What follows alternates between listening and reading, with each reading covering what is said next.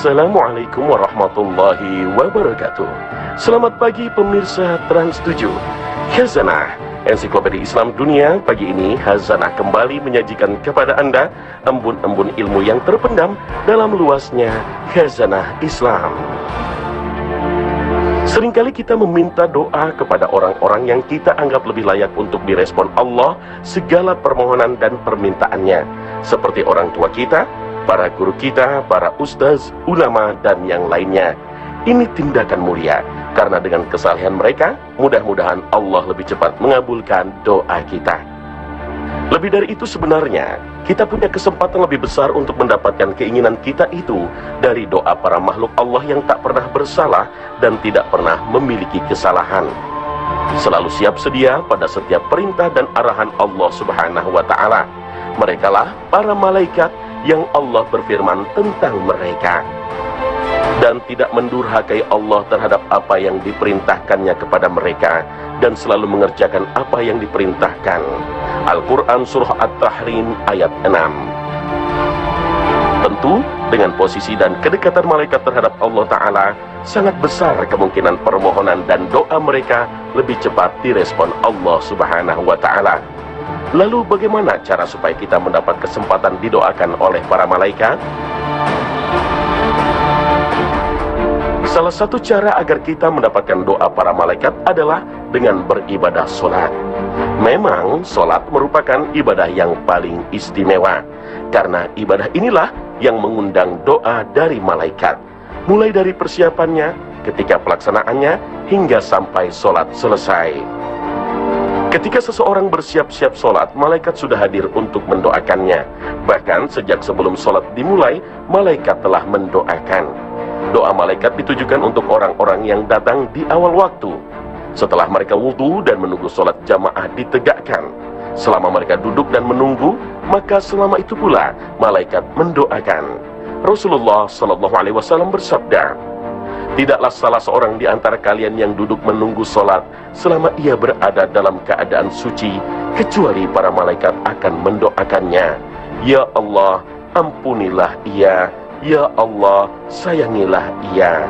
Hadis riwayat Muslim. Paling utama, sholat dilakukan di awal waktu. Akan bertambah utama jika dilaksanakan di masjid secara berjamaah. Tentu saja, seseorang butuh berjalan dan melangkah ke masjid sebelum sholat didirikan sehingga tidak terlambat dan ketinggalan sholat. Ada kalanya orang menunda-nunda berangkat ke masjid karena tidak mau menunggu lama. Padahal menunggu sholat bukanlah perbuatan sia-sia. Sebaliknya, ia merupakan waktu berkualitas, karena selama kita menunggu sholat, selama itu pula malaikat mendoakan. Setiap detik yang berlalu ketika kita menunggu imam atau iqamah dikumandangkan akan dinilai oleh Allah sebagai sebuah kebaikan dan akan didoakan oleh para malaikat yang merupakan makhluk yang terdekat dengan Allah Ta'ala. Doa malaikat untuk orang yang sholat tidak hanya terbatas sampai di situ saja. Orang yang datang duluan ke masjid berpeluang besar untuk menempati shaf atau barisan pertama. Artinya, ia kembali berpeluang besar untuk didoakan malaikat, karena malaikat juga mendoakan orang-orang yang ada di shaf pertama. Inilah salah satu kelebihan yang dimiliki barisan pertama sholat berjamaah. Rasulullah SAW bersabda, "Sesungguhnya Allah dan para malaikatnya bersolawat kepada orang-orang yang berada pada shaf-shaf terdepan." Hadis riwayat Abu Dawud. Sayangnya yang terjadi di sebagian masjid di tanah air justru sebaliknya. Orang enggan untuk mengisi shaf pertama. Bahkan yang sangat disayangkan, justru orang mempersilahkan orang lain untuk mengisi shaf di depannya. Bukankah dengan begitu ia berarti telah memberikan peluang emas ini pada orang lain? Ini bukan tindakan terpuji. Dalam konteks ini yang seharusnya diamalkan adalah prinsip saling berlomba dalam kebaikan. Dalam hadis lain yang diriwayatkan oleh Imam Bukhari, Rasulullah menyampaikan begitu besarnya keistimewaan shaf pertama. Seandainya kaum muslim tahu, tentu mereka tidak akan rela berada pada shaf kedua, ketiga, dan seterusnya. Bahkan bisa jadi untuk mendapatkan shaf pertama akan melakukannya dengan cara undian. Itulah luar biasanya keistimewaan saf pertama yang banyak dilupakan dan disepelekan masyarakat muslim. Lalu bagaimana dengan orang yang berada di saf kedua, ketiga, dan seterusnya? Apakah mereka tidak didoakan oleh para malaikat? Dalam hal ini, peluang mereka untuk mendapatkan doa khusus dari malaikat menjadi kecil, tapi bukan berarti mustahil. Mereka masih bisa berkesempatan mendapatkan doa dari para malaikat jika mereka kemudian berinisiatif mengisi barisan yang lowong di depannya. Rasulullah SAW bersabda, sesungguhnya Allah dan para malaikat selalu bersalawat kepada orang-orang yang menyambung saf-saf. Hadis riwayat Ahmad, Ibnu Majah, Ibnu Huzaimah, Ibnu Hibban, dan Al-Hakim. Kesempatan didoakan secara khusus oleh malaikat masih berlanjut bagi orang-orang yang sholat. Dalam sholat berjamaah, makmum akan mengikuti dan melakukan gerakan sholat setelah imam. Karena imam memang ditunjuk untuk diikuti. Bahkan mengikuti imam menjadi hal yang wajib dalam sholat berjamaah. Gerakan berjamaah dalam sholat yang rapi, selaras, dan satu komando menunjukkan kekompakan kaum muslimin yang seharusnya bisa ditularkan ke dalam kehidupan nyata. Dalam sholat berjamaah, ada beberapa sholat di mana imam mengeraskan bacaannya sehingga terdengar jelas oleh makmum. Sholat itu adalah sholat subuh, maghrib, dan isya. Al-Fatihah adalah salah satu bacaan yang dikeraskan oleh imam. Setelah imam sampai pada akhir Al-Fatihah dan mengucapkan waladhdallin, makmum akan menyahutnya dengan mengucapkan amin. Al-Fatihah berisi doa. Di antaranya doa minta diberi petunjuk pada jalan yang lurus. Maka ucapan amin bermakna permohonan agar Allah Ta'ala mengabulkan permohonan kita. Dan luar biasanya, ucapan yang singkat ini bisa menjadi penghapus dosa-dosa yang pernah kita kerjakan jika bertepatan dengan doa malaikat. Dalam sebuah hadis yang diriwayatkan oleh Imam Bukhari, Rasulullah SAW menyatakan, jika ucapan amin kita bertepatan dengan aminnya para malaikat, maka hal itu akan menjadi penghilang dosa-dosa yang dulu pernah kita kerjakan. Rasulullah SAW bersabda, jika seorang imam membaca ghairil maghdubi alaihim waladdallin, maka ucapkanlah oleh kalian amin. Karena barang siapa ucapannya itu bertepatan dengan ucapan malaikat, maka ia akan diampuni dosanya yang masa lalu. Hadis riwayat Bukhari. Apakah kesempatan didoakan malaikat selesai begitu sholat selesai? Ternyata tidak. Jika kita memilih duduk di tempat sholat, berzikir dan mengingat Allah, maka doa para malaikat masih berpeluang mengalir kepada kita. Namun kadang kita temukan beberapa orang yang bergegas meninggalkan tempat sholatnya setelah sholat usai. Mungkin dia ada urusan penting dan mendesak yang akan dikerjakan. Hal itu memang tidak dilarang. Tapi jika seseorang ingin keistimewaan lebih, ingin bonus lebih banyak, ingin tabungan pahalanya bertambah, maka tetap di tempat sholatnya tentu saja pilihan yang tepat. Rasulullah SAW bersabda, para malaikat akan selalu bersolawat, berdoa kepada salah satu di antara kalian selama ia ada di dalam tempat sholat di mana ia melakukan sholat, selama ia belum batal wudunya. Para malaikat berkata, ya Allah, ampunilah dan sayangilah ia. Hadis riwayat Ahmad. Selain berkesempatan didoakan malaikat pada momen tertentu dalam sholat, waktu sholat menjadi pergantian waktu malaikat siang dan malam dalam melakukan tugasnya. Atau dalam bahasa kita sehari-hari, malaikat punya shift waktu untuk melakukan pekerjaan. Pergantian itu dilakukan ketika sholat asar dan subuh. Istimewanya, orang-orang yang ditinggalkan malaikat yang habis waktu pekerjaannya, sementara orang-orang itu masih dalam posisi sholat, akan didoakan secara khusus baik oleh malaikat yang bertugas siang hari ataupun malam hari. Rasulullah SAW bersabda, para malaikat berkumpul pada saat sholat subuh, lalu para malaikat yang menyertai hamba pada malam hari yang sudah bertugas malam hari hingga subuh naik ke langit, dan malaikat pada siang hari tetap tinggal.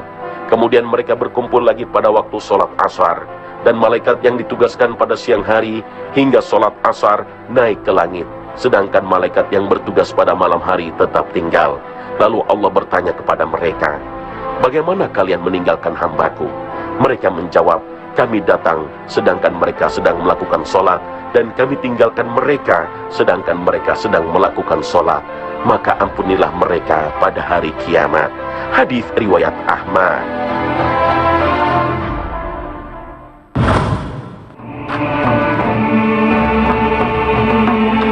Pemirsa Khazanah, tidur tidak sekadar beristirahat memejamkan mata, tapi tidur juga menjadi aktivitas yang bernilai ibadah karena Allah. Ketika seseorang tidur, Allah menahan ruhnya. Ketika ia bangun, itu artinya ruhnya telah dikirim kembali.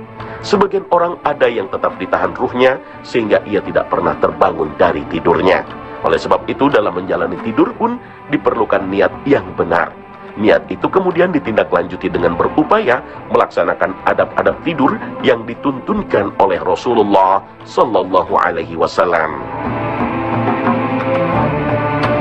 Begitu beranjak ke pembaringan, jangan biasakan langsung tidur, tapi cobalah untuk berintrospeksi diri sesaat sebelum tidur, mengevaluasi segala perbuatan yang telah ia lakukan di siang hari. Lalu jika ia dapatkan perbuatannya baik, maka hendaknya memuji kepada Allah Subhanahu wa Ta'ala. Jika sebaliknya, jika mendapati perbuatan buruknya, hendaknya segera memohon ampunannya, kembali dan bertobat kepadanya. Kemudian sebelum tidur, hendaknya mengibaskan tempat tidur dengan kain atau yang lainnya. Jangan lupa ketika mengibaskannya mengucapkan Bismillah. Hal ini dilakukan karena kita tidak pernah tahu apa yang ada sebelumnya di atas tempat tidur kita. Posisi tidur juga perlu diperhatikan. Sebaiknya tidur menghadap ke kanan. Tidak menjadi masalah jika pada saat tidur nanti posisi kita berubah ke atas sisi kiri. Rasulullah juga suka meletakkan tangannya untuk menopang pipi kanannya. Jika adab seperti ini kita lakukan sebelum tidur, dapat mendatangkan doa dari para malaikat.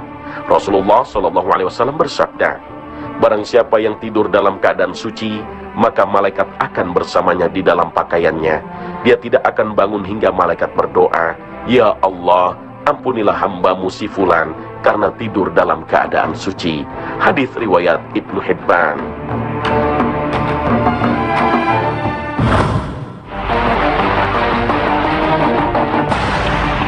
Pemirsa Khazanah, doa malaikat juga akan tercurah pada orang yang menjaga hak sesama muslim.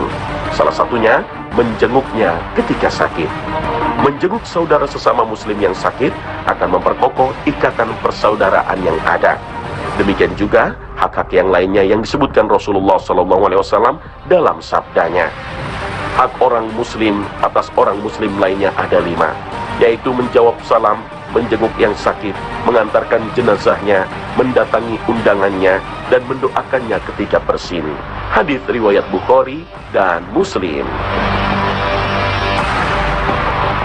Menjenguk orang sakit ternyata memiliki keutamaan serta manfaat yang sangat luar biasa. Salah satu di antaranya, dia akan didoakan oleh 70.000 malaikat pada hari itu juga. Rasulullah SAW bersabda, jika seseorang berkunjung kepada saudaranya yang muslim yang sedang menderita sakit, maka seakan-akan dia berjalan-jalan di surga hingga duduk. Apabila sudah duduk, maka dituruni rahmat dengan deras. Apabila dia berkunjung di pagi hari, maka 70.000 malaikat mendoakannya agar mendapat rahmat hingga sore hari. Apabila dia berkunjung di sore hari, maka 70.000 malaikat mendoakannya agar diberi rahmat hingga pagi hari.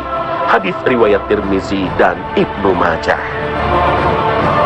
Sungguh keutamaan yang sangat luar biasa. Maka sangat disayangkan jika kita tidak pernah menengok saudara, kerabat, dan orang-orang yang sedang sakit lainnya.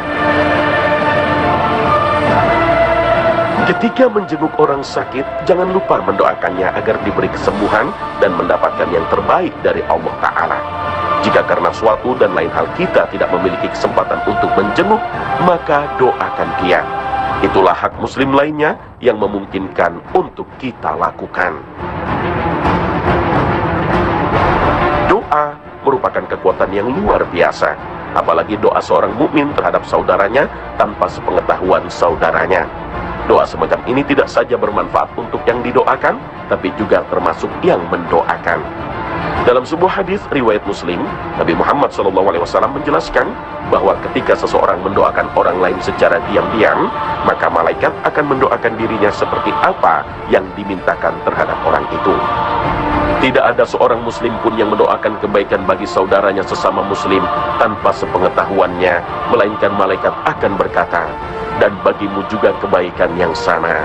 Hadis riwayat Muslim. Ternyata mendoakan kebaikan sesama muslim merupakan salah satu doa yang mustajab atau dikabulkan. Manfaatnya pun tak hanya diraih oleh yang didoakan, tapi juga untuk dirinya. Rasulullah SAW bersabda, doa seorang muslim untuk saudaranya sesama muslim tanpa diketahui olehnya adalah doa yang akan dikabulkan. Di atas kepalanya orang yang berdoa ada malaikat yang telah diutus, sehingga setiap kali dia mendoakan kebaikan untuk saudaranya, maka malaikat yang diutus tersebut akan mengucapkan amin, dan kamu juga akan mendapatkan seperti itu. Hadis riwayat Bukhari dan Muslim.